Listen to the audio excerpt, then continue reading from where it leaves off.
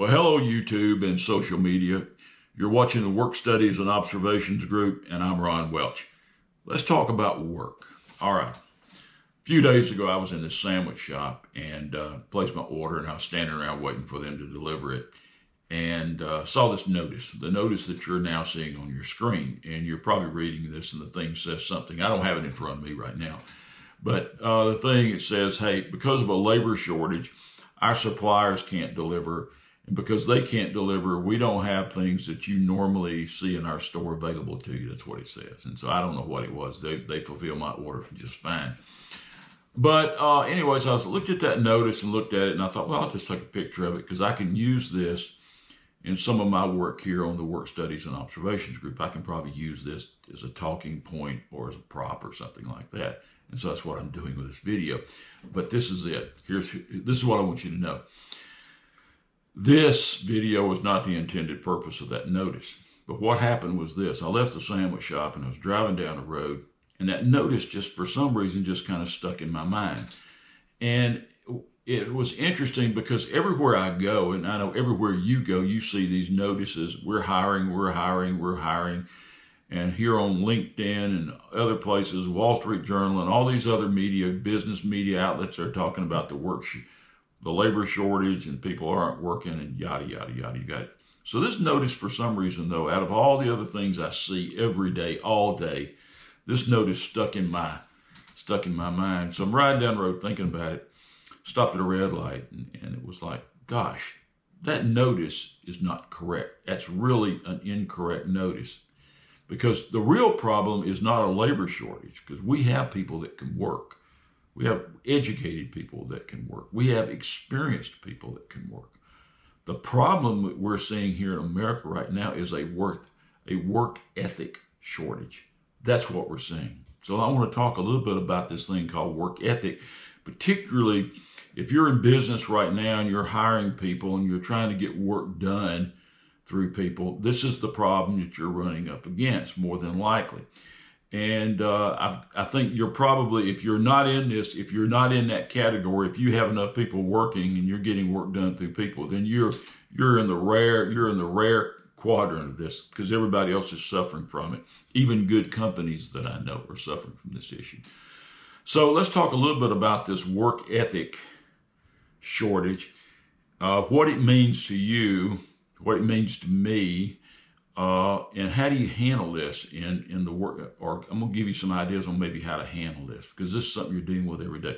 So first of all, let me kind of dive into the background of this whole thing of work ethic and why we have a work ethic shortage. And so thinking about it, and I don't want to overthink it in this video, but thinking about this work ethic shortage thing, what it comes down to is this, is that we have a generation of people, maybe a generation and a half of people, I don't know. But we have a generation of people that have not been instilled with a thing called work ethic. Now, let me just kind of give a historical perspective on this. So for years and years and years and years and years, young people coming along would have a job, after school job, or they'd be maybe going to school working, they'd work at night and everything else like this. It was very common. It was very common for young people, high schoolers, and even people younger than that to have a job, and they'd start working at a very young age. And working at a very young age, they were earning money, and so at the same time, they were being instilled with this work ethic. Hey, if I'm going to have money, I've got to go out and earn this money, and with the money that I earn, I can go out and I can buy food, I can buy clothing, I can buy shelter, I can buy transportation, and so forth.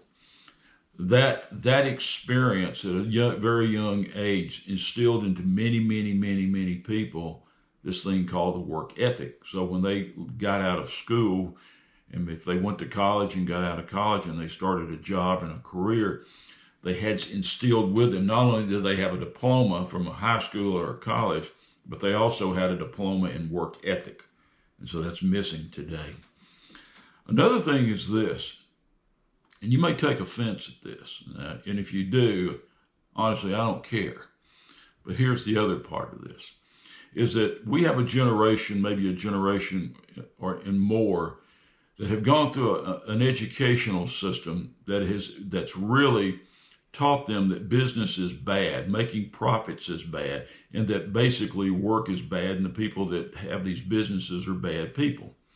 So now they come out of this school system, and that includes the high school and the college, and they have to, in fact, go into this environment called work. And they go into it with a negative feeling to it. They don't look at it as positive. So we have a generation of people that they've not had that work ethic experience, not had that job. They've come out of an educational system that's really been negative toward work and negative toward business and making the profits. And now they've got to go into it. And they've got to go into it because they didn't become a pro sports star, and they didn't become somebody in the entertainment business. So now all this other stuff is not paying the bill, so they have to go get a job. And when they get that job, they're in your workplace. And so how do you deal with that? And I want to talk just a little bit about that. So right now, organizations, businesses, government, military, nonprofits, and everybody else out there that has employees, you're not dealing with it.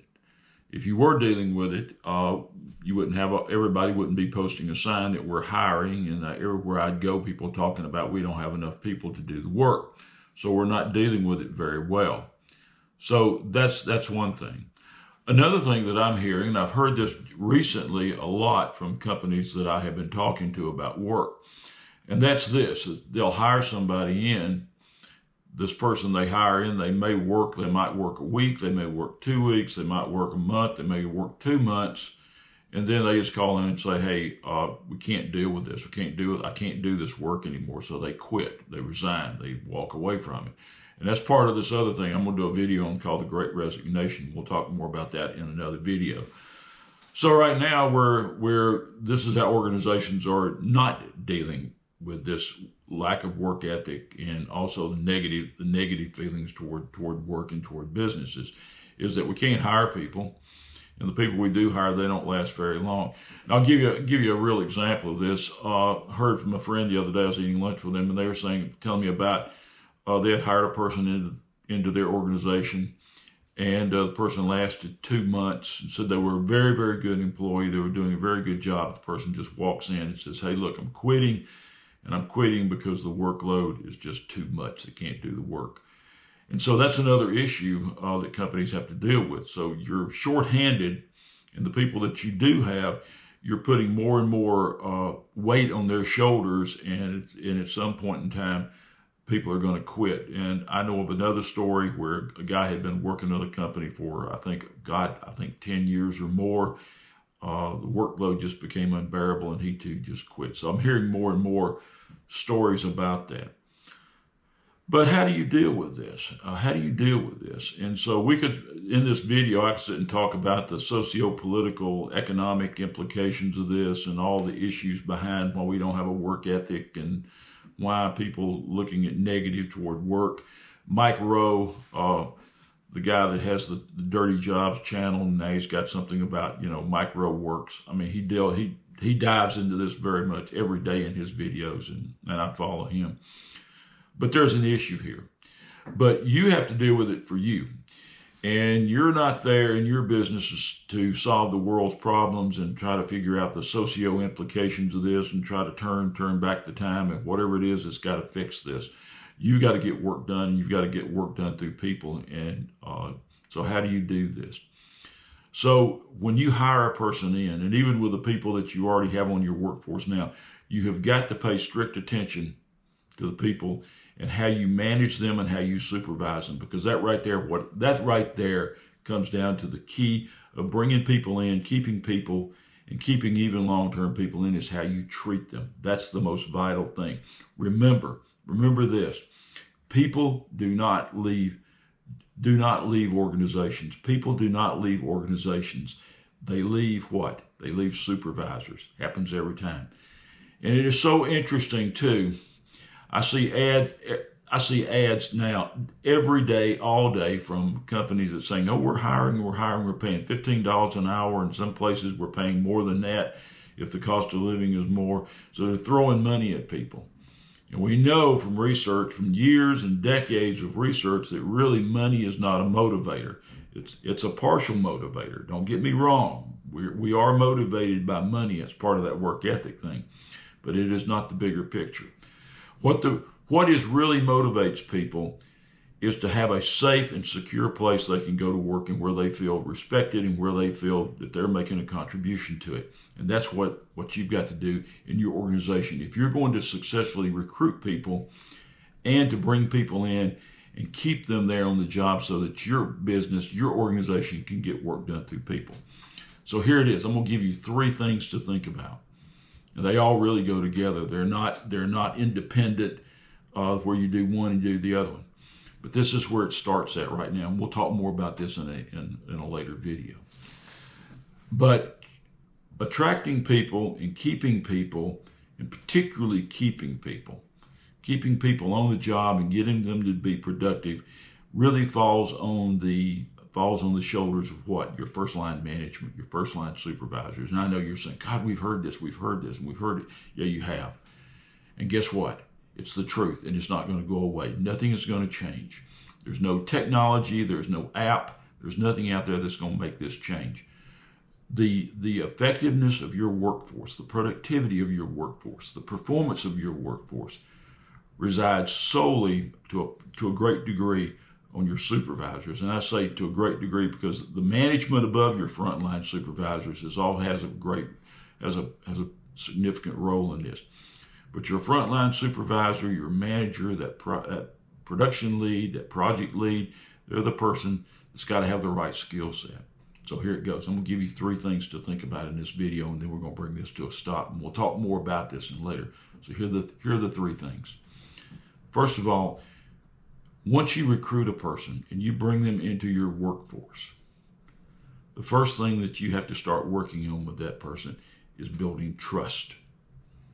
They have got to trust you. They have got to trust you almost explicitly. Trust, this thing of trust is so important in getting people to work and getting people to stay with an organization and stay with the work and carry the work out. It is vital. You've got to have the trust of the people. And everything that you do, everything that a supervisor does, everything that a supervisor says, decides, does this person trust your supervisor or not? There's a fundamental thing. There's a fundamental thing that we all are born with, and it's called identification, friend or foe. And at a very, very young age, and I'm talking like weeks old, we start developing this internal mechanism where we know if we can trust somebody or not. So that is vital. So you hire somebody in, they've got to be put with a supervisor that they can trust. After they develop trust, they feel like they can trust it, the next thing to work on is building respect. The people that you're bringing into your organization, they've got to have supervisors and managers that they can respect. So, 2 things.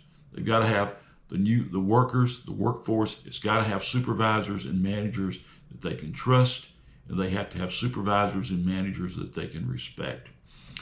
And then once you have respect, once your supervisors and your managers and your leaders have the trust and respect of the people that they're leading and trying to get work done through, then the next thing is to have cooperation. And trust, respect really feeds toward cooperation.